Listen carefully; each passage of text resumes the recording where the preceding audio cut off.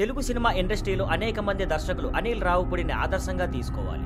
ఆయన పనిచేసే వేగం చూసి ఇండస్ట్రీ మొత్తం ఆశ్చర్యపోతుంది. ఈ సంక్రాంతికి వస్తున్నాం అనే సినిమాతో బ్లాక్ బాస్టర్ హిట్ అందుకున్నాడు. అలానే ఆ హిట్ తర్వాత ఒక్క నిమిషం కూడా వృధా చేయకుండా వెంటనే మెగాస్టార్ చిరంజీవితో తన తదుపరి సినిమా ఒప్పందం చేసుకున్నాడు. ఇప్పటికే 2 స్కెడ్యూల్స్ పూర్తయ్యాయి. 3వ స్కెడ్యూల్ కూడా త్వరలో ప్రారంభం కానుంది.